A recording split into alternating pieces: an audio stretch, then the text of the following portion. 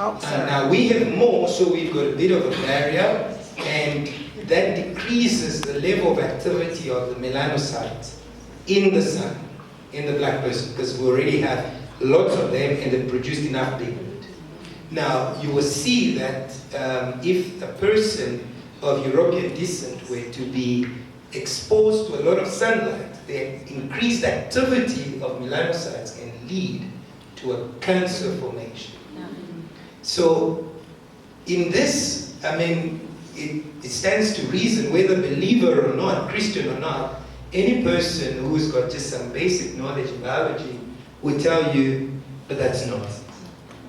Because it is there for a reason. It is protective, and when you look at the European areas, less sun, it's more cold, hence we need less melanocytes, which allows us to capture more sunlight so that the skin can produce vitamin D, which will help strengthen the bone. So if someone told you that they were white and superior, just tell them God has blessed you so that you may have access to the sun and you may have strong bones.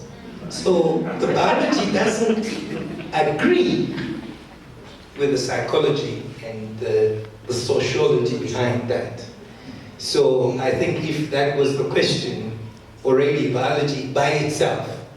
And I think that if someone who says they are scientific or intellectual were to use that, they are a disgrace to science. And okay, that is how far I would go with science. But I wanted to react very briefly to something. Just before you do that, we've got to place emphasis on what you have just said. So that would mean that God, if I'm correct in saying that would mean that God did not create the so-called dark and light skin to separate races. God had an intentional reason for giving me dark skin and somebody else light skin. Not to say that someone with light skin is better and superior than me, but because of where I will be geographically placed by the intention of God. Meaning, it's possible that God cannot be racist. I don't know. We asking the panel.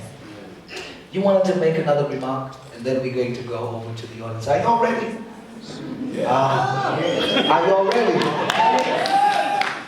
Go ahead. So it was the interpretation of the verse that you gave us, and I think that we need to read the Bible more in order to deal with these issues. It has taken us out of darkness into His marvelous light. Now the emphasis is His marvelous light, and that brings us back to Timothy, who says God lives in an inaccessible light. Yes. That no man has seen or can see. So we understand that that light is not What you see. what we're talking about. Salvation. It is something else. Salvation. And if we decide to make such irrational arguments, then I would use the position of the Apostle Paul and say, there's some foolishness with me. So if we say, okay, fine, light is always positive, then I'll say darkness is positive. Then I'll bring you back to Psalms 18. And God makes of the darkness His hiding place. Yeah. Hold on. I'm not supposed to do this, but I gotta do something. Oh my God, excuse me. I just had to, some flip tongue came out. Carry on, brother. So I think that's where the problem is if we read the Bible, immediately we can start to break down. And I think when I was thinking about this debate, what God put in my heart was to understand the 2 Corinthians 10, that the weapons we have are mighty and divine by God to bring down strongholds. Now, what are these strongholds? These are arguments. These are pretensions and positions and imaginations that rise against the knowledge of Christ. And he says we can destroy these strongholds. Now, just because we gotta carry on, I need to ask, is the use of black and white to refer to people, is that an imagination against the knowledge of Christ? I think the problem behind it becomes what we associate with the term behind. So I'll take something that's very recent that most of you know about. Very previously, when you say I am blessed, it was a wonderful term. But currently in South Africa, if someone says they are blessed, you understand what so it's what the term is carrying in that season, and it's the enemy. He knows how to. But that analogy, I don't think should qualify in this instance, because black, white, throughout history has carried the same understanding till now. No, I will explain to you that the black and white. I mean, the black person has not the problem. You can call me black. I don't mind. I'm black. I think within the nomenclature, the social nomenclature, I would say I am black. Who told you that? Social nomenclature. It's not myself. I go to the police and they say, fill this form. And I get to, what am I supposed to feel? And then the lady brings it back and says, well, you missed there. I can't put other. It doesn't make sense. So it is. So practical reasons. I know that you. I need to understand. Are you saying you're not black, but you are black? Because somebody requires you to say that on a piece of paper? And I think that terminology has changed. Answer my question. No, come on. I'm answering your question because it's the social construct, as the pastor put it. Created by who? By man. Which man? These people didn't create that application form.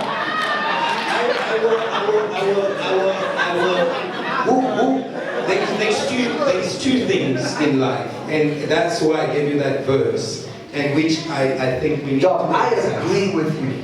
I just need to know. I agree with you in terms of how you dissected that text. I totally agree with you. Where I miss you is this is an imagination. Yes. Correct. Yes. The notion that we are black and we are white. If it does not come from God, then it is human imagination that has been made so popular that now that we complete a form, we know we're not black, but I put I'm black, and I justify it by a social construct. If we're going to say that God is not racist, shouldn't you think that like everything else that changed in history, that some people should start saying, I refuse to complete that form and say I'm black, because I'm not black. Instead of saying that it is a social construct, and for the sake of that, I'm just asking, I'm not saying, so I'm asking, is part of the problem that we view God in this way, not because we are also embracing what has been put on us with so much pride. I'm black, I'm white, I'm colored. I'm just asking, is that perhaps one of the things that we've got to deal with?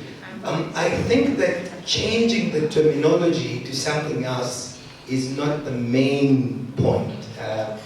I agree with you, and currently if you look at all the application forms, South Africa is very progressive in terms of applying principles that are non-segregated, non-sexist. So now when you look at the application form, it doesn't say black or white, it says African, European, and so it builds up, and it allows for other, it actually gives you the right to identify yourself. Yeah. So somewhere we've seen that the system, the legislative system, has sorted kind of that problem. However, the problem is still there. Yes, the terms have changed. Yes, South Africa is free.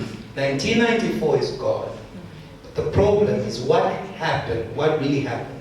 And that's where I brought that statement, because the problem is the mind has been colonized. By who?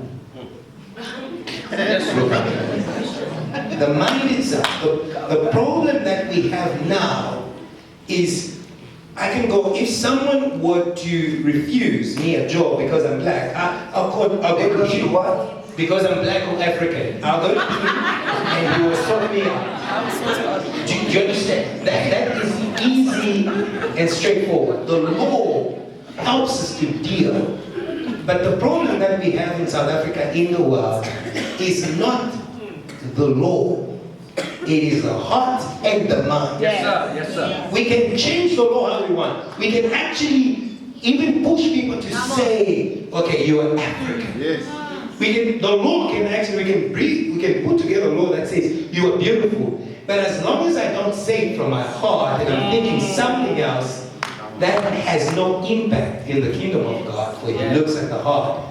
But that's my point. What do you say in your heart? Do you say you are black in your heart? In my heart. In your heart. What do you say in your heart? In my heart, this is what I say. I have the mind of Christ. So you are not black.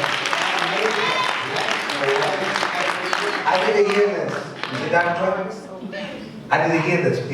Clap quickly, please. I didn't hear this. Are you black in your heart? What? I am like Christ. Like Christ. There is no black, there is no white, and so that's the position that we should hold. I believe. Now, even further, are you African or are you Afrikaner?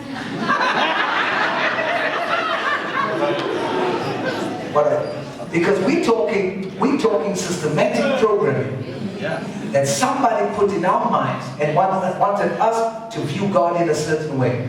I thought when you say African, it is Afrikaner in English. and Afrikaner is African. But somebody said African and Afrikaner is two different people. So even with your dark skin, if you are born in Africa, you are Afrikaner and you're African. It's the same thing. Is that how it is? Again, it just comes back to how, for example, you demonstrated using the word and the term that it means African, meaning coming from the continent of Africa. However, perceived differently. Yes. Let's go to the audience now.